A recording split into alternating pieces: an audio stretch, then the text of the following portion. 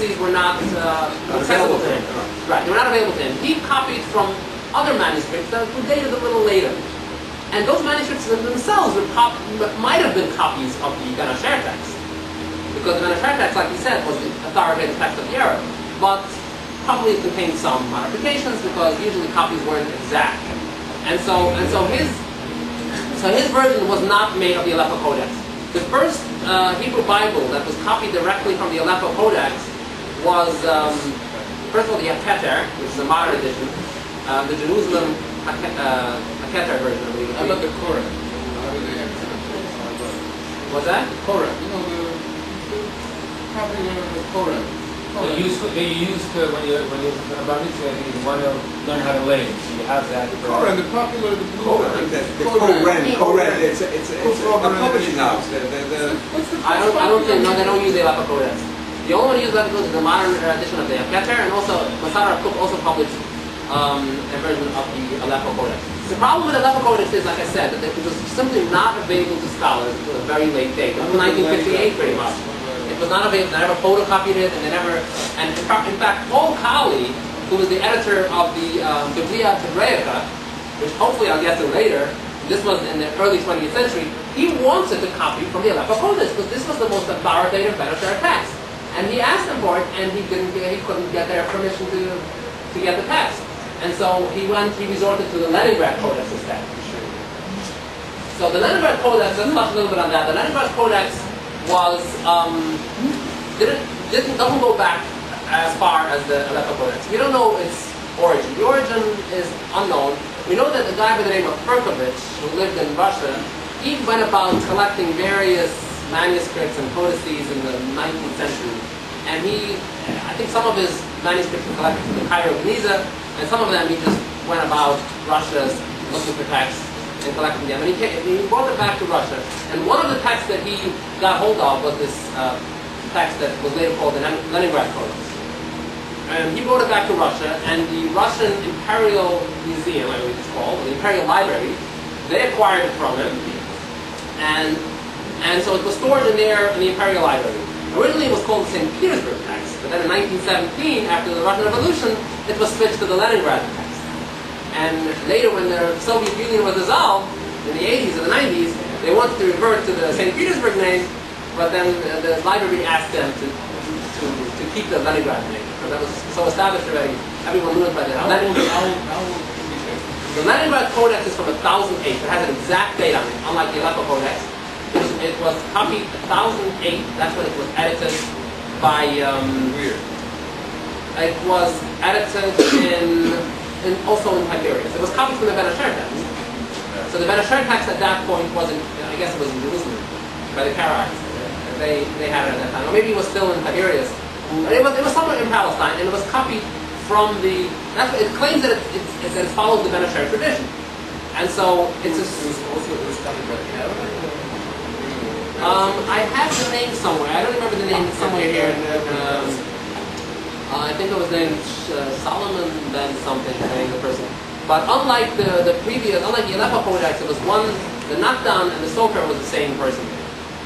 And the other distinction, of course, between the Leningrad Codex and the Aleppo Codex is that the Leningrad Codex is the oldest surviving Masoretic text that is preserved in its entirety. The entire Bible is preserved. Unlike the Aleppo Codex, which is missing most of the Torah portion. So has that been photocopied and examined by scholars? Yes, of course. Once the Russian library had it was immediately photocopied. Yeah, that was available to the public right from the start. And when Paul Colley wanted to produce his Millinery, the Hebrew Bible, he got access to that. He borrowed it from the Russian library, and they accommodated him. And so that was very well preserved. But it's slightly less authoritative than the Aleppo Codex. Are there any deviations between what we now have of the Aleppo Codex and the corresponding portions in the... Very good question. The answer is there's extremely little variation. They're both Ben Asher texts. They claim, the Leningrad Codex claims to be in the Ben Asher tradition, and it actually is. So their claim is actually correct. It's true, but you say there are very minor... There are Masoretic differences. the actual text, the consonantal text, is virtually identical. There are some errors, there are some differences, and they're attributed to scribal error, not to a different tradition. So we know almost for certain that they're based on the same text. The Leningrad Codex is based on the Aleppo Codex. But the Masorah, the Masoretic notation part, the Masoretic notes, they're different already. And so Paul Colley's version of the Biblia Hebraica, this is from 1906, 1917, the first version, the second version, that version is based on the Leningrad Codex.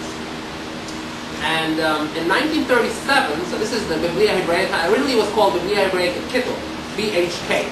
Kittel is the name of the publisher of the original text. Then in 1937, actually it was in installments from 1927 to 1937, but the final version came out in 1937. Then he published the complete Bible of the Biblia Hebraica Stuttgart and Sia. BHS is the abbreviation.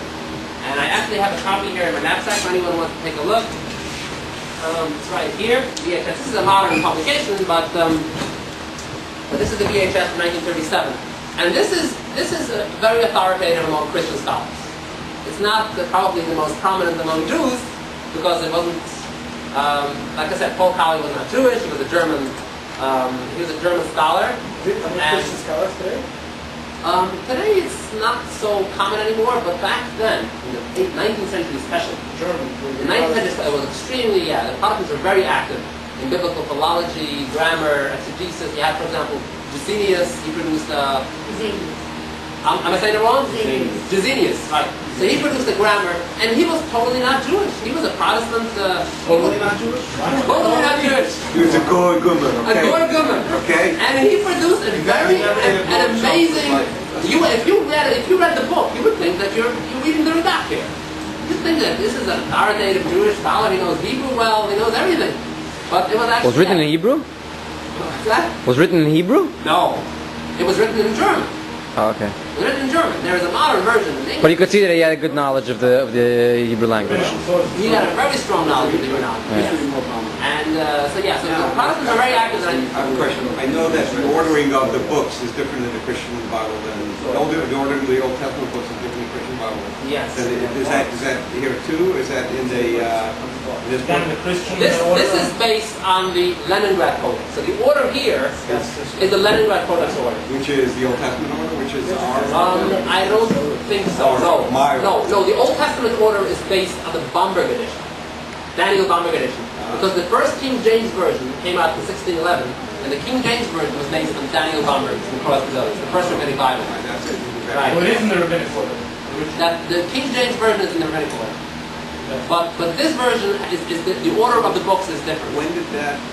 So prior to the King James, it was not. It was in the old version. I don't know. I'm not sure if King James changed. I don't know. I just seen it in Catholic version. That's what Until the Christian I don't know what was part of the King James version, but as far as I know, the KJV version was translated directly from Hebrew, and it was based on the Daniel Bamberg version of Hebrew. It was a committee. It was worked by committee. Yes. The first modern version was very well organized and funded. It's basically the first modern Bible, the English Bible that we have. It's not considered modern anymore. We're not reading the KJV. Now you have many other Bibles that are much more up to date. The language has been updated. Like, for example, you have the one in public domain is the RSV, the Revised Standard Version. That's produced in the early 20th century. Yes. Then the JP has the Jewish one. Archibald one. Yeah, Archibald, right. Archibald, I'm not even going to Archibald is not in this discussion. The New Living Translation is very good. But that's her paraphrase. I don't like that one. I like the RSV is a modification. It's basically bringing the KJV version up to date. It's updating these archaic expressions that the KJV had. So it doesn't have die and dine? No.